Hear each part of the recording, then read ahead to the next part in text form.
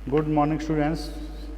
बच्चों, हम आपको बीएड फर्स्ट ईयर का सब्जेक्ट है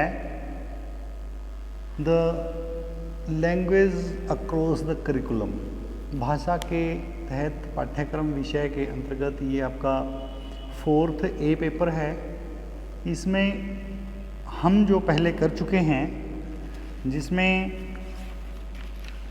language meaning, nature and the linguistic principles, the function of language में communicative functions of language and learning language और learning through language, ये questions हम पहले कर चुके हैं। आज हम डेवलपमेंट ऑफ स्किल्स में characteristics of good listening skills and materials के बारे में बात करेंगे। लिसनिंग स्किल यानी सुनना, श्रवण कौशल। श्रवण कौशल क्या है? क्योंकि जैसे हम पहले बात कर चुके हैं कि भाषा एक कला है, क्योंकि इसे भी दूसरे सभी कामों की तरह, दूसरी सब कलाओं की तरह सीखा जाता है, क्योंकि सतत या निरंतर अभ्यास से भाषा जैसी कला में प्रवीणता पाई जा सकती है।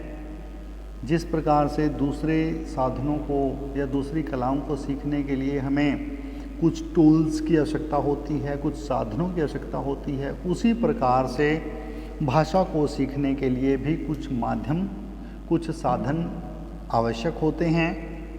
यहाँ उन साधनों से अभिप्राय यानी भाषा को सीखने में जो यूज़ होने वाले टूल्स हैं उनकी बात हम करते हैं। ये साधन दूसरे साधनों से कुछ डिफरेंट होते हैं, कुछ अलग होते हैं, क्योंकि भाषा को सीखने का जो कार्य है ये कोई सामान्य कार्य नहीं है, फिर भी स्वाभाविक रूप से चलता रहता है। भाषा तो सभी सीख जाते हैं, परंतु भाषा के शुद्ध रूप को सीखना, भाषा के प्रतिष्ठित रूप को ग्रहण करना, ये एक कलात्मक कार्य से कम नहीं है। एस.के. देशपांडे जी ने भी इस विषय में अपने विचार प्रस्तुत करते हुए कहा है कि भाषा शिक्षण के संबंध में केवल ज्ञान प्रदान करना ही पर्याप्त नहीं है, या सूचनाएं प्रदान करना ही पर्याप्त नहीं है। भाषा को सीखने के लिए इसके 4 आधार स्तंभ जो कौशल हैं उनकी जानकारी होना आवश्यक है। और बच्चों, जो 4 आधार स्तंभ हैं वो लिसनिंग है, रीडिंग है, राइटिंग है एंड स्पीकिंग है, जिसके अंतर्गत हम कह सकते हैं कि जो भाषा के आधारभूत स्तंभ हैं उनमें सुनना, बोलना, पढ़ना और लिखना, ये 4 जो बेसिक कंसेप्ट हैं ये क्लियर होने चाहिए, तभी हम कह सकते हैं कि किसी की भाषा पर पकड़ है, कोई भाषा में दक्ष है। क्योंकि श्रवण कौशल की जहाँ हम बात करते हैं, केवल सुनना ही श्रवण कौशल नहीं है, बल्कि सुन के अर्थ को ग्रहण करना वो सही कुशलता के अंतर्गत आता है, कौशलता के अंतर्गत आता है। क्योंकि श्रवण श्रु धातु से बना है, जिसका संबंध सुनने की विभिन्न क्रियाएं की ओर अपना ध्यान दिलाता है, जिसमें मौखिक बातचीत होती है। श्रवण केवल ध्वनि मात्र नहीं है, श्रवण किसी भी कथन को ध्यानपूर्वक सुनने और कही गई बात पर विचार विमर्श करना और उसके बाद उन तथ्य तक पहुंचना जो वक्ता कहना चाहता है, जो कोई बोलना चाहता है, इन सबको सम्मिलित किया जाता है, तभी हम श्रवण कौशल की व्याख्या को पूरा कर पाते हैं। क्योंकि श्रवण अंग्रेजी के लिसनिंग का पर्याय है। अंग्रेजी में हम कहें तो जो हियरिंग शब्द है वो किसी ध्वनि का कान तक पहुंचना है, जबकि लिसनिंग एक प्रोसेस है जो इंटरप्रेशन का है, जिसमें हम कह सकते हैं कि जिसमें एक निष्पादन प्रक्रिया होती है, वो होता है लिसनिंग। केवल हियरिंग, कान तक किसी आवाज़ का पहुंचना है, जबकि लिसनिंग ऐसी प्रक्रिया है जिसमें कही गई बात को ध्यानपूर्वक सुनना और सुनकर अर्थ ग्रहण करके उसकी प्रतिक्रियाएं देना होता है। उसी प्रकार से बालक भी जब जन्म लेता है तो वो विभिन्न प्रकार की ध्वनियों का श्रवण करता है, विभिन्न प्रकार की ध्वनियों को सुनता है। कुछ महीनों बाद, कुछ वर्ष के अंतराल में वो उन ध्वनियों के अर्थ ग्रहण करना सीख जाता है। यानी भाषा उन्हीं जो सुनी गई ध्वनियों का गृहीत रूप होता है, उन्हीं का ग्रहण किया हुआ रूप होता है। श्रवण शक्ति के लिए जो महत्वपूर्ण है, जो उसकी प्राणिकता में हम यूँ कह सकते हैं कि श्रवण है क्या। ऐसे तो अभिमन्यु ने भी जो चक्रव्यूह तोड़ा था, वो भी उसने अपनी माँ के गर्भ में उसी समय उन सारी बातों को सुन लिया था जब अर्जुन ने सुभद्रा से वो सारी बातें कही थी। लेकिन अब आगे की बात, जब तक पूरी बात ना सुनी जाए, जब तक पूरा कंसेप्ट क्लियर ना हो, तब तक अधूरा ज्ञान व्यर्थ होता है। उसी प्रकार से श्रवण कौशल वही माना जाता है, सुनने की क्षमता, सुनने की योग्यता हम उसे ही कह सकते हैं जहां हम वक्ता की पूरी बात को सुनते हैं और सुनकर उसका संपूर्ण अर्थ ग्रहण करते हैं। और अर्थ ग्रहण करने के बाद जब वो हमारे अंदर निष्पादन प्रक्रिया को जन्म देती है, जब वो हमारे अंदर एक इंटरप्रेशन होता है, जब वो सारी जो कार्य प्रणाली है वो शुरू होती है। यानी अब श्रवण कौशल को के विकास आधारित जो शिक्षण उद्देश्य हैं उनकी चर्चा हम करेंगे। यानी teaching AIIMS based on the developing of listening skill. इसके अंतर्गत ध्यानपूर्वक सुनने की योग्यता को विकसित करना, शुद्ध उच्चारण के योग्य बनाना, क्योंकि जब सुनेंगे तभी हम शुद्ध उच्चारण कर पाएंगे। स्वर के उतार चढ़ाव की योग्यता को सीखना, मौखिक अभिव्यक्ति की विभिन्न जो विधियां हैं उनका ज्ञान देना, महत्वपूर्ण अंशों का चयन करने की विद्यार्थियों में योग्यता विकसित करना, मर्मस्थली जो मर्मस्पर्शी जो स्थल हैं या अंश हैं उनका चयन करना या अनुभव करने की क्षमता को विकसित करना, ग्रहणशीलता या ग्रहणशील और मनन प्रक्रिया को महत्व देना, बौद्धिक और मानसिक विकास के लिए अग्रसर करना, विभिन्न प्रकार के विषयों में रुचि लेने की योग्यता विकसित करना, सुनकर समझने की योग्यता को विकसित करना, किसी भी वक्ता के विचारों को सुनना, किसी भी, चाहे वो रेडियो पर है, चाहे वो किसी टेलीविज़न पर है या अन्य किसी भी मीडिया माध्यम से है,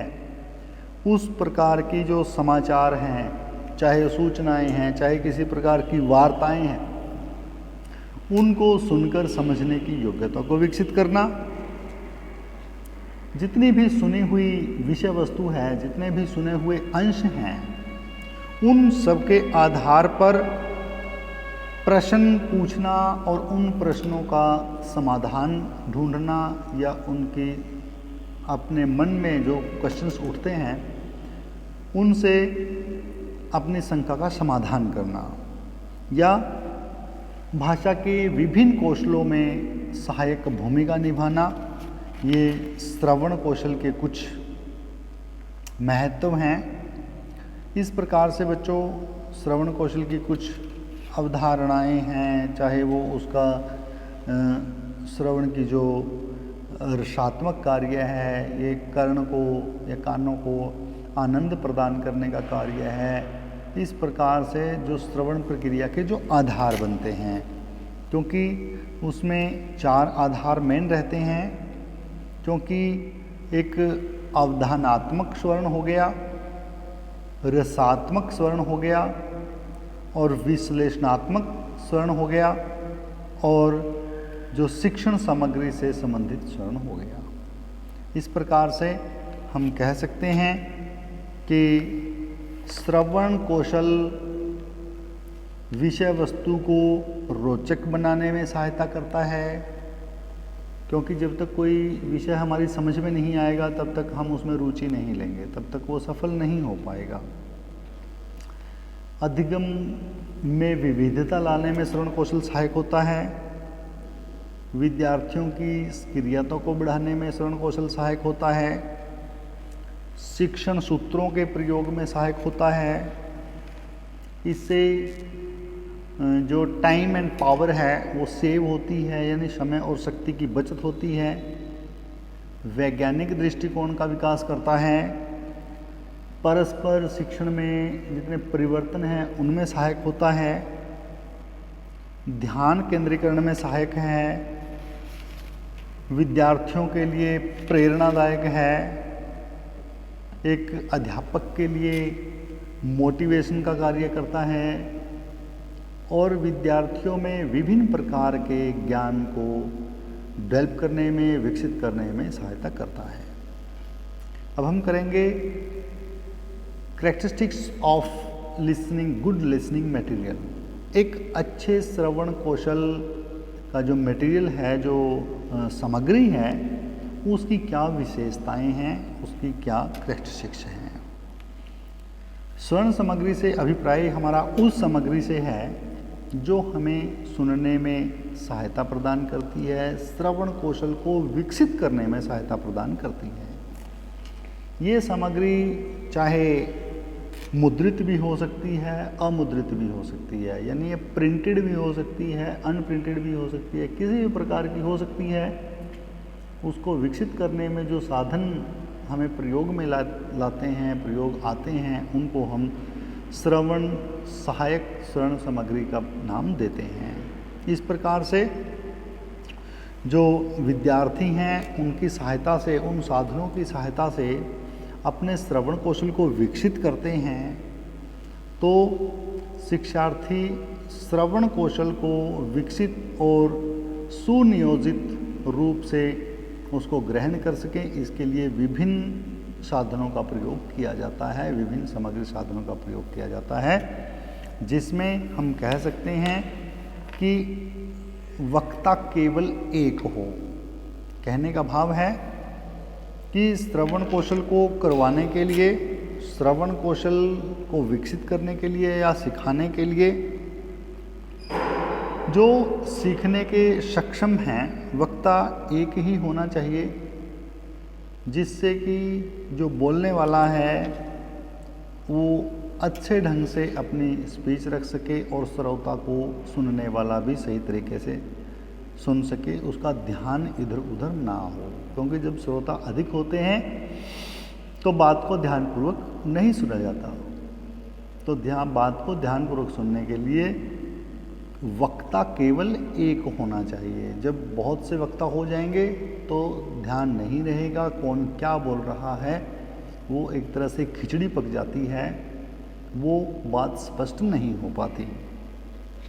शुद्ध उच्चारण की हम बात करते हैं, नेक्स्ट स्टेप है, इसके टूल्स की हम बात कर रहे हैं। बोलने वाले का उच्चारण शुद्ध होना चाहिए ताकि जो सुनने वाला है उसको उसी रूप में समझ सके जिस रूप में वक्ता कहना चाहता है।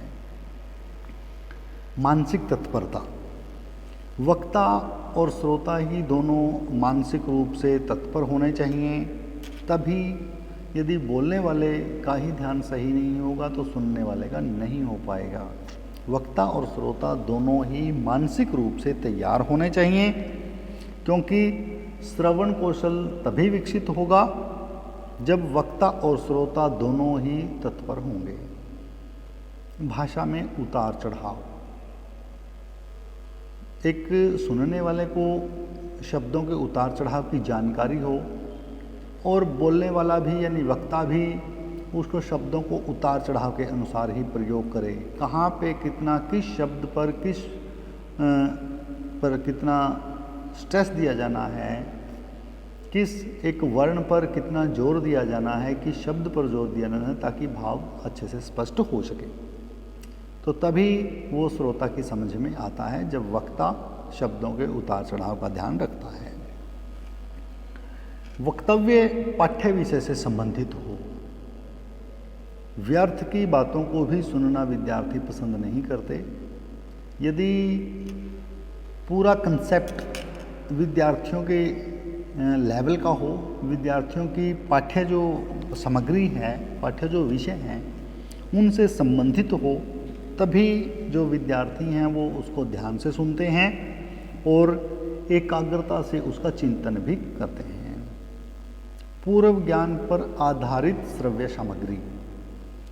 कोई भी विद्यार्थी जिस बारे में पहले से कुछ भी नहीं जानते, उसको नए कंसेप्ट को सीखने के लिए वो तैयार नहीं होते। इसलिए चाहिए कि विद्यार्थियों के पूर्व ज्ञान से जोड़कर ही सामग्री का चयन किया जाए, विद्यार्थियों के पूर्व ज्ञान पर आधारित ही उनको ज्ञान दिया जाए। वातावरण की हम बात करते हैं। श्रवण कौशल को विकसित करने के लिए जो श्रव्य सामग्री के रूप में चारों ओर का जो वातावरण है वो बड़ा उपयोगी होता है।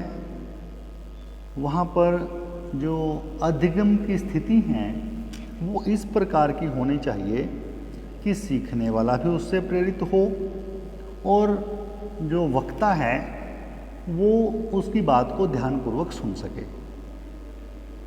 तो वातावरण उचित हो, अनुकूल हो, और श्रव्य सामग्री जो है वो बोधगम्य होनी चाहिए, क्योंकि यदि सही सामग्री नहीं होगी, विद्यार्थियों की समझ से परे होगी या सुनने वाले की समझ में नहीं आएगी, तो सरल नहीं होगी, तो उसमें कोई भी इंटरेस्ट नहीं ले पाएगा। श्रुतलेख के लिए भी जो परिच्छेद हैं वो विद्यार्थियों की मानसिक और बौद्धिक योग्यता के अनुरूप होने चाहिए। जो श्रव्य सामग्री है वो विद्यार्थियों के स्तर के अनुसार होनी चाहिए, क्योंकि अपने लेवल की बात को सुनना ही सभी पसंद करते हैं। यदि वो बात विद्यार्थियों की पहुंच में नहीं होगी, विद्यार्थियों के लेवल में नहीं होगी, क्योंकि श्रव्य सामग्री यदि रोचक नहीं होगी, बच्चे की मानसिक स्थिति के अनुकूल नहीं होगी, तो उसमें वो अपना ध्यान केंद्रित नहीं कर पाएगा, ध्यान से नहीं सुन पाएगा। जो श्रव्य सामग्री है, चाहे वो ग्रामोफोन से है, टेप रिकॉर्डर से है, वो उसको जो बार बार सुनाए जाते हैं, इसलिए इन टेप रिकॉर्डरों की जो आवाज़ है वो स्पष्ट होनी चाहिए, जिसे सुनकर समझा जा सके। यानी जो इंस्ट्रूमेंट यूज़ होने हैं वो अच्छी क्वालिटी के और सही वर्किंग पोजीशन में सही तरीके से होने चाहिए, ताकि विद्यार्थी उसको सही ढंग से सुन सकें, कार्य कर सकें। जो सामग्री है, श्रव्य जो सामग्री है, वो श्रोता की अपनी भाषा में होनी चाहिए, उसकी क्षेत्रीय भाषा में होनी चाहिए, ताकि उसको आसानी से वो समझ सके। श्रवण कौशल को विकसित करने में जो सामग्री है वो साधारण होनी चाहिए तथा ज़्यादा महंगे जो इंस्ट्रूमेंट हैं वो प्रयोग नहीं होने चाहिए। श्रव्य जो उपकरण हैं वो विद्यार्थी की रुचि के अनुसार, आवश्यकता के अनुसार, उनमें सौंदर्य बोध, मानसिक स्तर और आवश्यकताओं के अनुकूल होने चाहिए। सामग्री हर दृष्टि से, जो भी श्रव्य सामग्री है वो हर दृष्टि से लक्ष्य की पूर्ति करने वाली होनी चाहिए, जो बहुमुखी उद्देश्यों को पूर्ण करती हो। श्रव्य सामग्री ऐसी हो जो विभिन्न कक्षाओं में भी उपयोग लाई जा सके। इस प्रकार से बच्चों हम संक्षेप में कह सकते हैं कि अच्छी या श्रेष्ठ श्रव्य सामग्री वही है जिससे विद्यार्थी सुनकर उसके अर्थ को ग्रहण कर सकें, जिसमें बोधगम्यता हो, और श्रवण कौशल को विकसित करने वाली ऐसी सामग्री उचित समय और उचित ढंग से प्रयोग की जानी चाहिए। तो ठीक है बच्चों, आज हमने characteristics of good material and the importance of good listening के बारे में किया। कल हम इसके विभिन्न सामग्री और उसकी विभिन्न क्रियाओं के बारे में बात करेंगे। धन्यवाद।